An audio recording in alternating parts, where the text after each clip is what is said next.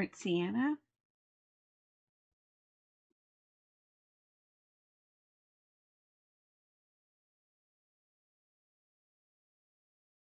Naples yellow. And I chose to use Naples yellow because it was a little bit brighter than yellow ochre, with a little bit more white already built into it. Phthalo green, the blue shade. Now, if you have red shade, you can use it. It's just going to warm up your picture a little bit more. Cadmium yellow, medium hue. Now, we use medium hues because cadmium is a very toxic mineral that was used back in the day, and then try to avoid it now, especially with people who might have a cadmium allergy and not know it. We added some titanium white right there, and now we're going to put cadmium red light hue. I went with a red light again because I wanted to work on that pumpkin and some of the lighter, warmer colors, so we put in some cad red light there. Now I'm going to go ahead and take some pure burnt sienna and fill in the background where the different textured grass and leaves are going to go. Now you can see right there where the watercolor pencil that I was using started to blend, which will be a really cool effect later. Added some cad red light in there to warm up a little bit, get a little bit of an orangey tone in there.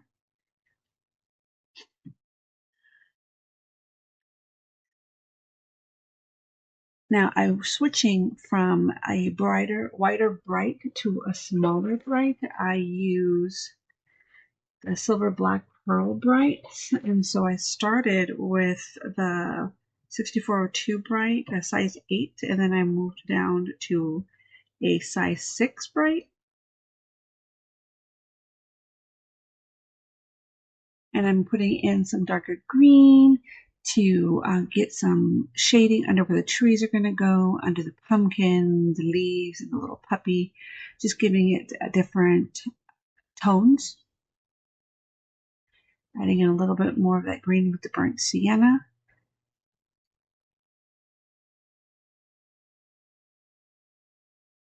And I'm going into the Naples yellow to give an underpainting for our little pug.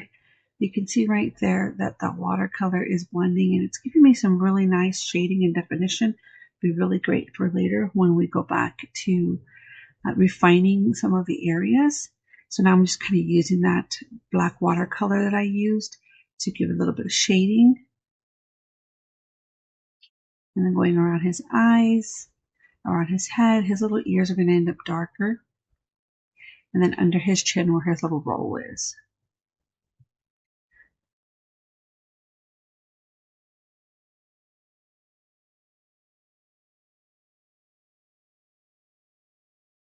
Now I'm going to go ahead and switch to a smaller bright. I was using a larger bright, possibly a number 8, and then moved down again to another number 6 to get some finer details on those small pumpkins.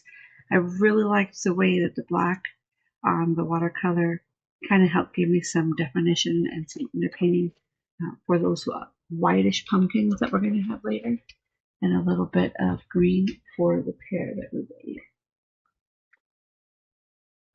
Painting in a little bit of those leaves with some cadmium yellow just to give them a different tone from the pug.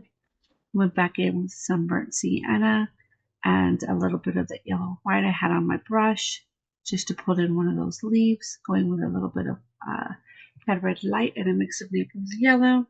Then I go ahead and define this pumpkin. I'm letting the watercolor help me with the ridges, which I really like the way that's looking. And then the center part of each segment of the pumpkin, I'm leaving a little bit lighter.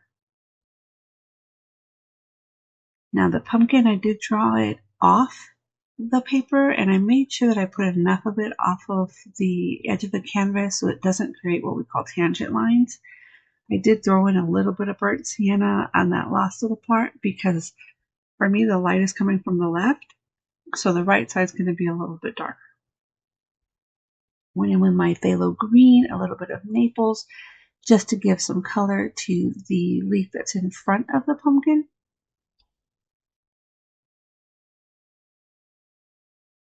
Going to my cad yellow and my white, I'm going to define some of the lighter yellow coloring that's going to be on that leaf. There's fall leaves, so they're kind of changing color, and this particular leaf was losing its coloring towards the center of the veining. Now I'm going in and overlaying some of that green and yellow on top of that cad red light just to give it some tone. I don't want them all to just be the same green color, so you can kind of see the cad red light also makes the leaf look like it's changing colors. We're going to go ahead and paint in the tree. Now, if I had to do this one again, I would have painted the background before I painted the tree, but at that time I didn't want to lose the tree. The other thing about trees, and you'll see me widening the bottom there, is that if you're making your trees and they look funny, make sure that from trunk to branch to twig, the trunk is bigger than the branch and the branch is bigger than the twig, and everything gets narrower as it goes towards the top. So you'll see that the trunk is really thick, my big branches are a little thinner, and then any smaller sticks or twigs that are coming off the side are going to be even thinner. And that'll kind of help keep your trees looking like real trees. They get wonky when you make the top fatter than the bottom. Okay, so I went in with some burnt sienna, and I did pull some Mars Black out just to get some darker shading under my pug, under my pumpkin, and then in the stem. I am going to flip it upside down just so that I can work on the sky in the background there. Don't be afraid to turn your canvas around. Turn it around as much as you can, as much as you need to, so you're not putting your hand on top of the painting, smearing things around. It just makes it easier to access. I'm mixing in some Napels yellow in there just to lighten up in some areas, and then keeping it much lighter than I did the leaves in some areas. Now if you paint over part of your pug, it's okay, you can go back and paint it, which I'll do later, adding some white in to lighten the top. I did pull off some of that coloring from his ear. And then this area here between the leaves, you can see I kind of started painting over it. I'll have to go back and paint that back in, adding some cadmium yellow in there just to really brighten it up, because my light again is coming from that left side of the painting. And then I'll just kind of bring it throughout.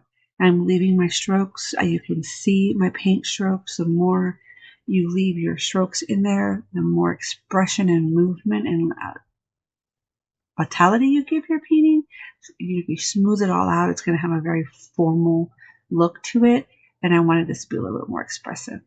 And I'm still using that very small number, either a number 4 or number 6 filbert, and I'm going through and just dotting in some darker leaves, and then I'm putting in some cad red light, and I'm not cleaning my brush on that one because I want that green and the red to kind of mute and tone down.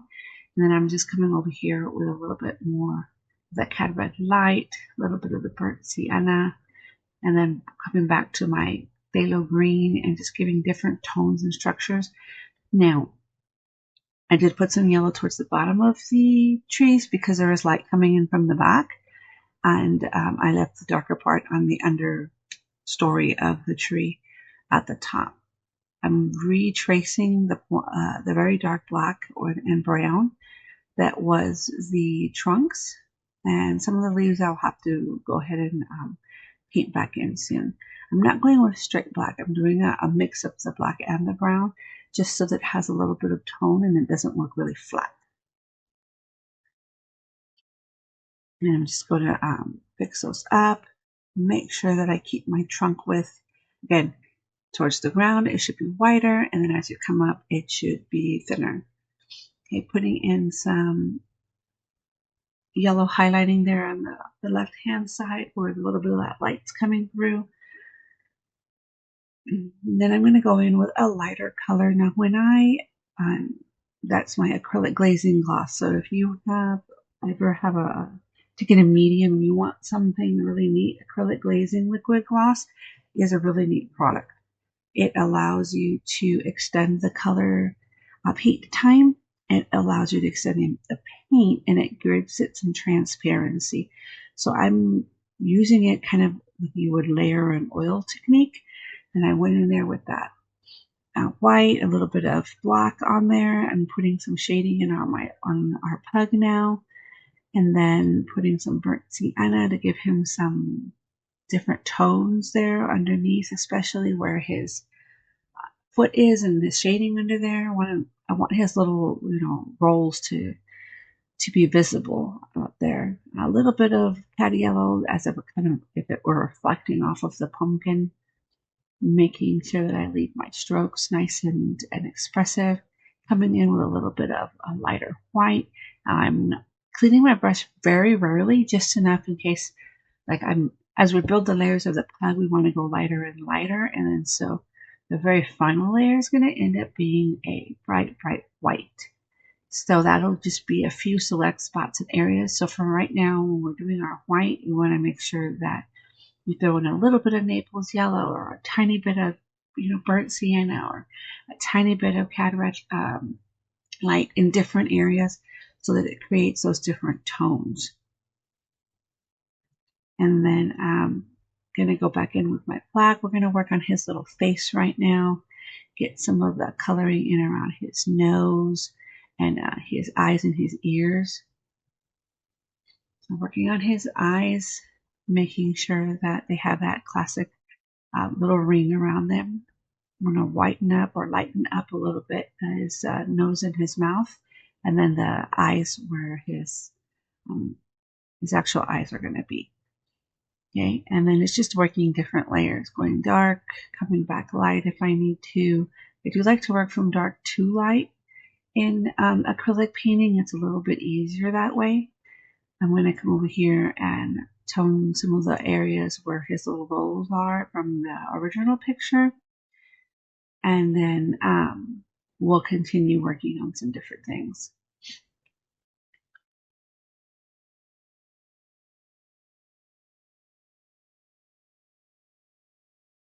And we're coming back with some burnt sienna and a little bit of titanium white, putting some shading around his feet, around his neck area, giving him that little roll. Whiten up his face now. We're going to make sure that we have a good foundation for his ears, even though they are going to go darker. We don't want too much of that green that we put on there to show through. Still adding layers of white in small increments, and then making sure that some areas are smooth, some areas are left with some of our brush strokes. Coming in with a little bit of black, we're going to do that little roll over the top of their nose that separates the eye and the nose of the puppy that we're working on today. I'm going to come in and work a little bit darker around the sides to separate the eye from the hair that's around him. Come in a little bit lighter. I'm going to put in the ear coloring around him. Get some black in there with a little bit of titanium white. There's still some Naples yellow on the brush, so it's keeping it kind of warm. Using that same color in some of the shading, but I also don't want it to go too dark. So bringing in some shading and then putting some light over the top of it just to give the different tones for his fur, but doesn't look so drawn on. We're just going to come in and keep layering on that.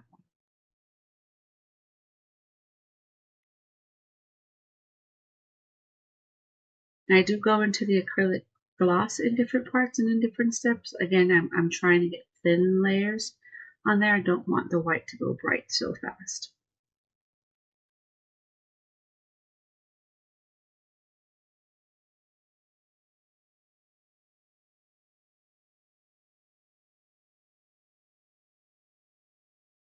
Okay, I'm going to come in and try to do his little paws. They do have these long little nails on there, and then the underside or their little feet are darker. So I'm making sure that he has his coloring under his paws. Shading around his little toes and his little feet. I did paint out some of that cad light that we had put earlier on his little paw, but we may come back to it if we get to some finishing touches. Okay, bringing in some more expressive strokes for his fur, making sure that we're giving him all his little folds and rolls. Okay, now he has some teeth there, and I kind of want to indicate where they're going to be, but that white, again, I used pure white there, it was too bright. So part of that will get painted out. There's some cad red light, very little amount in the white, so I can make the shading of his tongue. His little tongue was sticking out, so I want to show that. So I put that cad red light in the white mix, and then I'm tracing around his tongue with some titanium white to make the lighter outer part.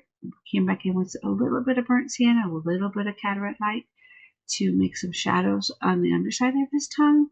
I'm coming in through the sides with a little bit of gray to show the inside of his mouth. Again, we had those little teeth. I'm going to gray up his little eyeballs there to give him a spot for the iris that we're going to put in. We're going to put in both irises there. And I'm leaving a little corner on the top left of each side that I'm going to put in a highlight for his eyes just to make them a little bit more lively in a bit.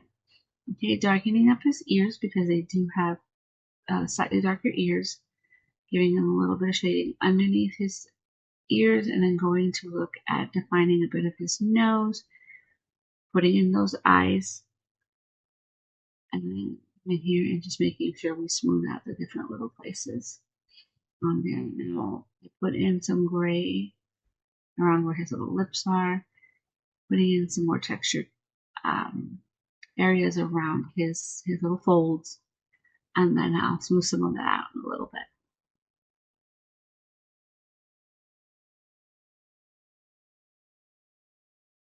Darkening up those pretty little eyes, getting the area around his nose and his mouth, making sure that you can see his beautiful little face and see where his nose is as well.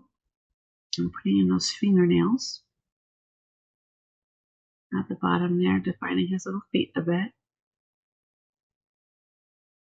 Now I had a reference picture for this little guy, and then I misplaced it. So kind of working off of memory here, trying to put in where remember his little back toes were, and then his little foot that's kind of tucked behind his left arm, and then by his little belly.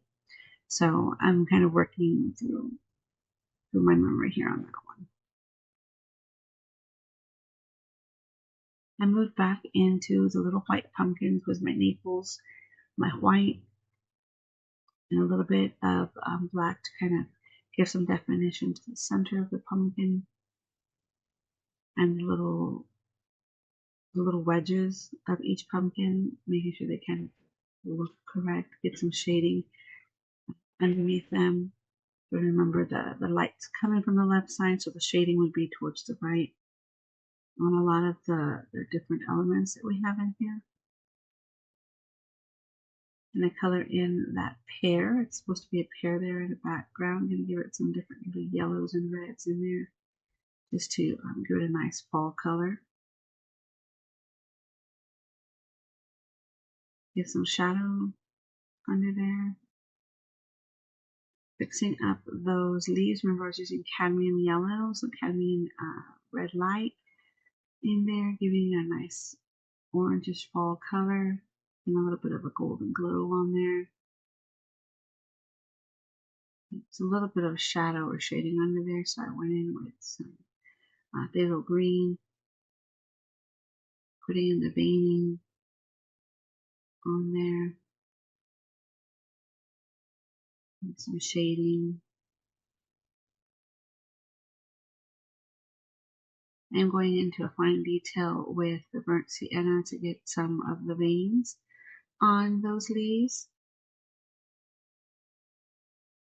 And then a little bit of phthalo green as well to darken it up. Try not to use black too often. There's some times where you need it, you know.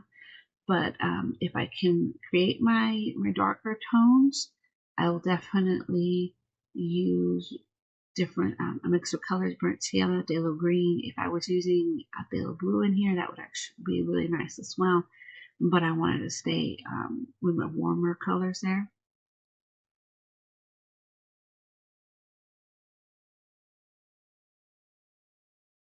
And I'm going to come in here, give some of those little wrinkles to our little puppy's face. Make sure that he has that cute pug dog look. Put some highlights on the parts of those little rolls that he's got there. Okay, I'm coming back to the pumpkin with my Naples and my Cad Red light. I'm getting nice and oranged up there. And I want to do some very soft transitions on some of these. So you'll see me painting in a lot of the yellow highlights and then painting out some of that darker watercolor that got dispersed into the acrylic. And I'm using a lot more Cad Red light for the coloring on. I topped in some green there at the bottom with the Cad Red just to provide some shading. Again, I avoid black when I can.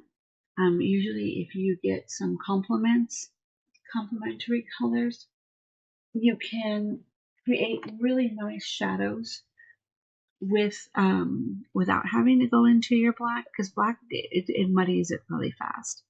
It's a really great when you want some really dark areas, but if you're into more of the natural tones, really sticking to colors that can give shading without taking away the color is a really nice option. So again, I'm working in some of my burnt sienna, some of my phthalo green, giving some light to the left side of that stem that's there. Light some more lighter areas for that pumpkin. And then coming back in with some more pure Cad Red light for the center and neutral or tones of the pumpkin. And we're really getting ready to finish up here, so I'm just kind of giving some tone, some greenish white tone to those leaves. And we're almost done, so I'll post that painting as soon as we get a chance, just so that you can see what it looks like at the end. If I did any changes, I'll go ahead and note them there for you guys. I just want to say thank you so much for joining me today, and I hope you enjoyed this tutorial. You can always slow it down if you want, pause it, look at what's happening with it, and then try it yourself. If you do, go ahead and check out my Facebook, Maria Contreras Artist Life. I do have a Facebook page. You can go post them there. I would really love that. You can also check out my website, mariacontrerasart.com. And yeah, I'm also on Instagram. Thanks.